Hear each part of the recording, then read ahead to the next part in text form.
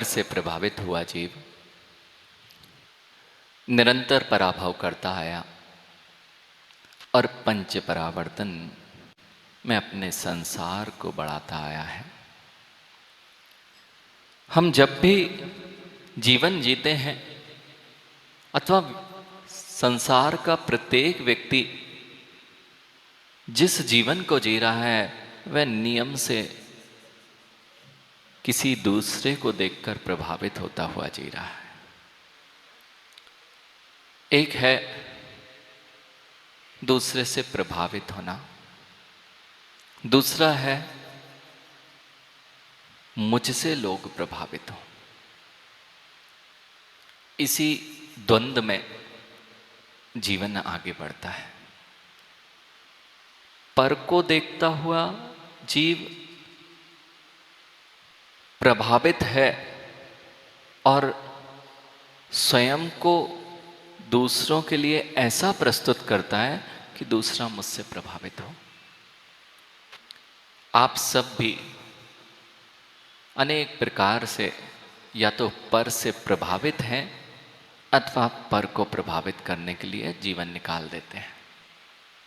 रिंकू भैया, जितने वस्त्रधारी हैं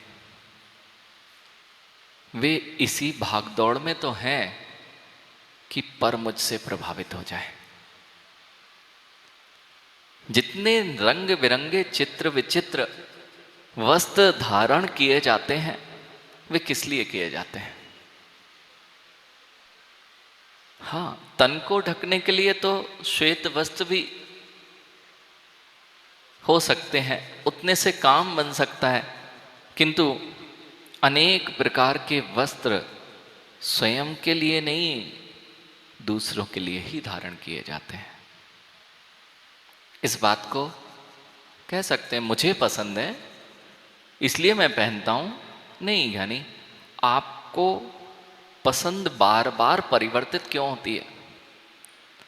आपकी पसंद बार बार परिवर्तित क्यों होती है? अगर जिनालय आए तो आपने सफेद वस्त्र धारण किए थे, किंतु जैसे ही आप यहां से बाहर जाएंगे कहेंगे ये मजा नहीं आ रहा। तो पसंद आपकी थी ना? नहीं, पसंद आपकी नहीं थी, आपकी पसंद पर को प्रभावित करना है। इसलिए बड़े भवन बनाए जाते हैं, इसलिए लोग वस्त्र धारण करते हैं और पता नहीं कितने प्रकार के उपक्रम लोग जाल डालने के लिए ही करते हैं। जैसे जाल, मकड़ी का जाल बनाना लोग समझते हैं सहज प्रक्रिया है। मकड़ी का जाला बुनना सहज प्रक्रिया है ऐसा लोग समझते हैं। ऐसे ही जीव सोचता है कि छोटे से बड़े हो जाना और बड़े होकर ये परिणामों की स्थिति बनना कि बड़े होंगे तो यह तो होगा ही, यह तो स्वाभाविक प्रक्रिया है। कोई भी काम आज युवाओं से पूछो तो एक आकर्षण, पर के प्रति आकर्षण होता है, तो कहते हैं ये तो स्वाभाविक प्रक्रिया है। स्वाभाविक प्रक्रिया है। जैसे मकड़ी का जाल बिनना स्वाभाविक प्रक्रिया है, ऐसे ही जीव समझता है कि जो मेरे परिणामों की उथल पुथल है और परिणामों के दूसरों के प्रति आकर्षण है, वह सब क्या है? स्वाभाविक प्रक्रिया है। किंतु यानी ये स्वाभाविक नहीं है, यह वैभाविक प्रक्रिया है। मकड़ी का जाल बुनना सहजता से नहीं होता, बहुत समझदारी से होता है। मकड़ी का, अतुल भैया, जाल बुनना सहजता से नहीं होता, वह समझदारी से होता है। अर्थात वह पर को फंसाना चाहती है, इसलिए जाल बुनती है। और ऐसी जगह बुनती है जहां जीव फंसना चाहिए।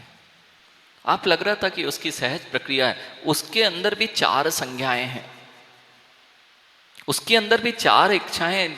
जिसके पास मन नहीं है वह 4 इच्छाएं तो एक इंद्रिय से लेकर 5 इंद्रिय सभी जीवों के अंदर में है। आहार, भय, मैथुन, परिग्रह।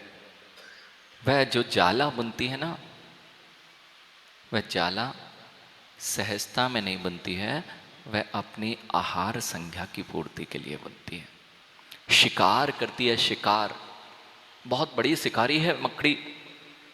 हमने तो ऐसी ऐसी मकड़ियाँ देखी, यानी ऐसी ऐसी मकड़ियाँ वैशाली में थीं जो रंग बदलती हैं। रंग बदलने वाली मकड़ियाँ भी हैं, रंग बदल देती हैं। दीवार पर जहाँ लगी होंगी, आपने आपके घरों में मकड़ी देखी होगी, वह मकड़ी मक्खियों को दबा लेती है। जब अभी गर्मी का समय होगा और आपके घर में यदि मक्खियां हो जाएं और मकड़ी घूमते रहें, तो जैसे शिकार शिकार खेलता है, जाला भी नहीं बुनती, वह सीधा सीधा उस पर आक्रमण कर देती है और मुख में दबोच लेती है। एक मकड़ी को मैंने देखा, और एक बार नहीं, 2-3 बार देखो। मेरे साथ चला करो, बहुत सारी चीज़ें देखने मिलेंगी, बहुत सारी चीज़ें आप देखते हो, प्रभावित हो जाते हो। लोग जंगल में जाते हैं, शेर देखने जाते हैं, कोई लोग जू जाते हैं, वहाँ भी देखने जाते हैं। मैं तो जहाँ जाता हूँ वहाँ ही देखता रहता हूँ। लेकिन आप उनसे प्रभावित रहते हैं, और जिनेन भगवान कह रहे हैं, इस प्रभावन इससे प्रभावित मत होइए, इस परिवर्तन को देखिए। ये जीवन का परावर्तन है, और इससे सीख लिया जाए तो पंचम गति की ओर कदम बढ़ सकते हैं। मां मकड़ी सहज है? सहज नहीं है। दाढ़ी बढ़ना लोग कहते हैं सहज है। दाढ़ी बढ़ना सहज है? बिल्कुल सहज प्रक्रिया नहीं है। यानी जितने भी हार्मोन्स का परिवर्तन होता है, लोग कहते हैं सहज प्रक्रिया है। नहीं ज्ञानी, सहज नहीं है, यह भी कर्म की उपाधि से जनित प्रक्रिया है। लोग समझ ही नहीं पाते। कर्म उदय में ना हो तो आपकी दाढ़ी नहीं आ सकती। लगता है बड़ा होना, एक दाढ़ी आना सहज प्रक्रिया, बिल्कुल सहज प्रक्रिया नहीं है। आपका जीवन पराश्रित है और वह कर्म के आश्रित है। इसलिए जो लगता है कि सहजता से हो रहा है, वह सहजता से नहीं है, पर के द्वारा कराया हुआ है। अभी उदाहरण बताऊं, ज्ञानी नैतिक बेटा, बहुत सारे लोग प्रवचन सुन रहे हैं और तुम भी बैठे थे, कैमरा लगा के तो बैठे थे, लेकिन सुन नहीं रहे थे। तो तुम्हें प्रभावित करने के लिए मैंने क्या किया? जैसे ही शब्द बोला, आप प्रभावित हो गए। हुए कि नहीं? और लोग अपने आप को दिखाने के लिए कैसे भगवान के सामने भी प्रभावित करना चाहते हैं। अगर यही कैमरा इनकी तरफ घुमा दो, यही कैमरा इनकी तरफ घुमा दो, इनके चेहरे की रंगत बदल जाएगी। अगर बैठा था, हवा निकली हुई बैठी था, तो तुरंत हवा भर जाएगी। केवल एक कैमरे से कुछ नहीं किया जाए, कैमरा घुमा दिया जाए, और माँ जो रोता हुआ बैठा था वह भी अपना मुस्कुराने लगेगा। और इस बात का सबूत यह है, अगर सत्येन भैया यहाँ पर एक बड़ी स्क्रीन लगी होती है ना, और मैंने देखा जब लोग वैसे भक्ति नहीं करते, जिनेन भगवान से प्रभावित होते तो आपस अपने आप भक्ति करते, लेकिन जैसे ही कैमरा जाता, लोग बड़े भक्ति करने के लिए उतर जाते। ये क्या था? तुम भगवान से भी प्रभावित नहीं थे, तुम तो अपनी प्रभावना करना चाहते थे। हाँ, भगवान से प्रभावित नहीं थे, नहीं तो यानी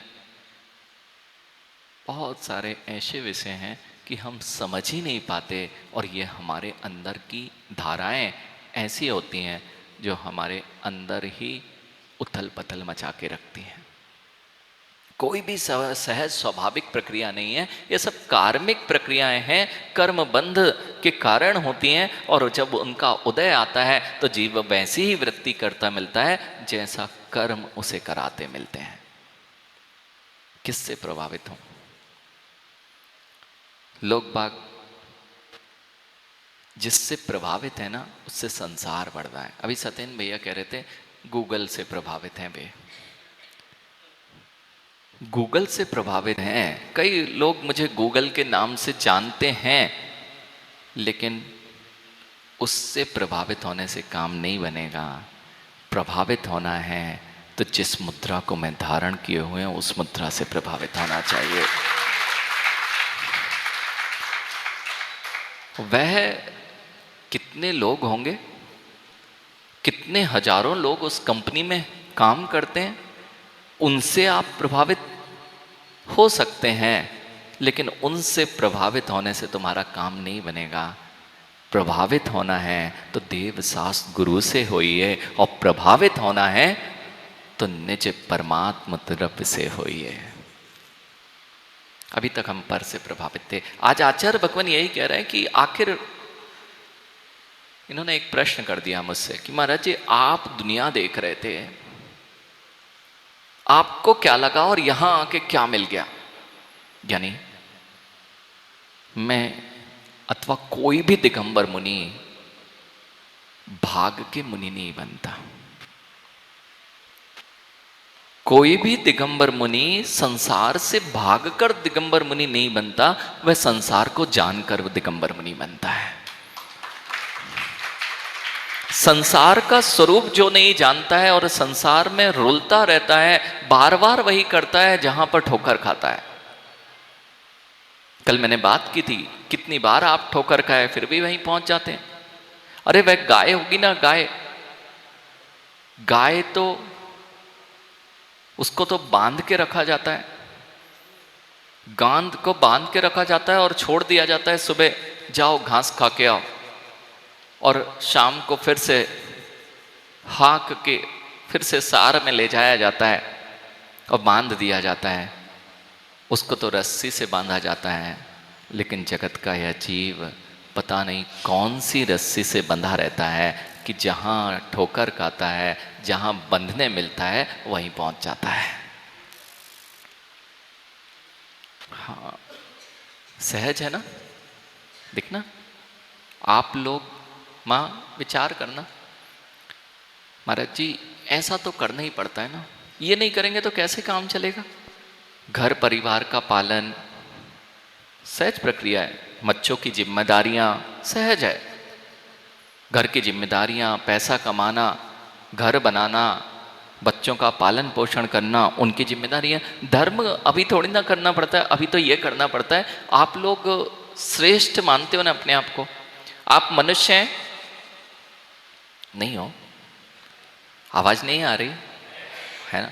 मनुष्य हो? मैं सत्येंद्र भैया उस प्रश्न का उत्तर दे रहा हूं जिससे मैं प्रभावित हुआ और दिगंबर मुनि बना। आज आचार्य भगवान वही व्याख्या कर रहे हैं कि हो सकता है आप संक्षेप से नहीं समझे, हो सकता है आप मध्यम विस्तार करने से नहीं समझे, हो सकता है कि आप द्वादशांग का पाठ करके भी नहीं समझे, लेकिन इससे भी ज़्यादा समझदार वो लोग हैं जो जिनेन्द्र भगवान द्वारा वर्णित पदार्थों को देखकर ही समझ जाते हैं। आप भी संसार को देख रहे हैं लेकिन नहीं समझे। आचार्य भगवान के जीवन की घटना बताता हूं प्रवीण भैया। आचार्य भगवान बहुत कुछ सीखते थे और आज भी सीखते हैं। आप देख लेना उनके प्रवचनों में प्रतिदिन नयापन क्यों होता है? क्योंकि वे प्रवचन पढ़ के नहीं बोलते हैं, प्रवचन को देखते हुए सीखते हैं, और वही प्रवचन हो जाता है जिसे आप देखते हैं, लेकिन उनकी दृष्टि उसको तत्व की दृष्टि की तरह देखती है। और तत्वार्थ श्रद्धानम क्या होता है? तत्वार्थ श्रद्धानम सम्यक दर्शन। यानी आप लोगों को कभी वैराग्य आया? नमन, वैराग्य आया? गुरुजी का वैराग्य बताता हूं कैसे आया था। गुरुजी ने कई निर्णय ऐसे लिए जो उनके वैराग्य का कारण बन गए और बहुत आगे बढ़ने का कारण बन गए। आप लोगों के घर में लड़ाई तो नहीं होती ना?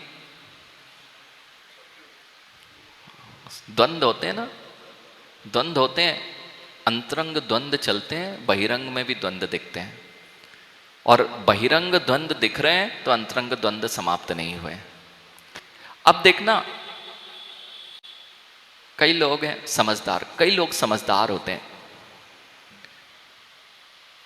एक तो वे लोग हैं जो आगे बढ़ते हैं, जीवन जीते जाते हैं, ठोकर खाते जाते हैं, फिर भी गलती करते जाते हैं, पहले तरह के लोग। दूसरे वे लोग हैं जो आगे बढ़ते हैं, जहां ठोकर खाई और ठोकर खाने के बाद सीख जाते हैं। तीसरे वे लोग हैं जो आगे बढ़ना ही नहीं चाहते, इस डर से पीछे ही हट जाते हैं कि कहीं ठोकर ना लग जाए। चौथे वे लोग हैं जो दूसरे की ठोकर खाने से पहले ही संभल जाते हैं। यही है वह दृष्टि कि संसार का प्रत्येक व्यक्ति जिस संसार में रुदन कर रहा है, दुख का भोग कर रहा है, यदि उनको देख लो तो तुम्हें संसार से वैराग्य आ जाए। आप नहीं देखे, आपको तो लगा उनसे ही आकर्षित है। अगर मुकेश भैया किसी के पास BMW और मर्सिडीज दिख जाए ना, तो युवाओं को लगता है मेरे पास कब होगी। बड़ा महल दिख जाए, बड़ी गाड़ी दिख जाए, तो कहते हैं मेरे पास भी होना चाहिए। अगर कोई नया फ़ोन लेके आए आदित्य, तो लगता है कि अपने पास भी बड़ा बढ़िया अच्छा फ़ोन होना चाहिए, हमारा नहीं चलता है। यानी विचार करना, हम प्रभावित होते हैं, लेकिन प्रभावित होने के साथ कभी कुछ सीखते हैं क्या? आचार्य भगवान ने क्या किया? एक दिन किसी दंपत्ति को अच्छे जोरों से लड़ता देख लिया। बहुत छोटी उम्र थी, 6, 7, 8 साल की उम्र होगी, और दो जीव अच्छे से लड़ रहे थे। और जैसे ही लड़ते देखा, उनने तो निर्णय कर लिया कि ऐसा होता है, अपन शादी नहीं करेंगे। बिल्कुल उसी समय निर्णय कर लिया था कि मैं शादी नहीं कराऊंगा। दूसरी बात, वे फिर से सीखने गए। बहुत बार हमें स्थितियां तो मिलती हैं, लेकिन हमारी भावनाएं उस ओर नहीं होती हैं, हमारे भाव उस ओर नहीं होते हैं। देखना, दूसरी जगह एक बार बहुत उत्साह रहता है जब नया क्लास में जाते हैं बच्चे। सोमिल, जब नई क्लास में जाते ना अपन, तो नई ड्रेस मिलती है, स्कूल ड्रेस, और भले ही उसी ड्रेस को थोड़े दिन पहनते रहो तो बोर हो जाता है आदमी, लेकिन नवीनता में बड़ा आनंद होता है। और स्कूल ड्रेस जो सबसे भारी काम होता है, स्कूल की ड्रेस अगर पूरे साल भर पहनना है तो बड़ा लगता है कि कब स्कूल की ड्रेस छूटेगी, और जब नवीन मिलती है वही चीज तो बड़ा उत्साह होता है। जैसे ज्ञानियों, जब स्कूल की घंटी बजती है ना, घंटी 2 बार बजती है, एक प्रारंभ में और दूसरी अंत में। लेकिन प्रारंभ वाली घंटी जब बजती है तो भाव कुछ और होते हैं, और जो बाद वाली घंटी बजती है उसके भाव कुछ और ही हुआ करते हैं।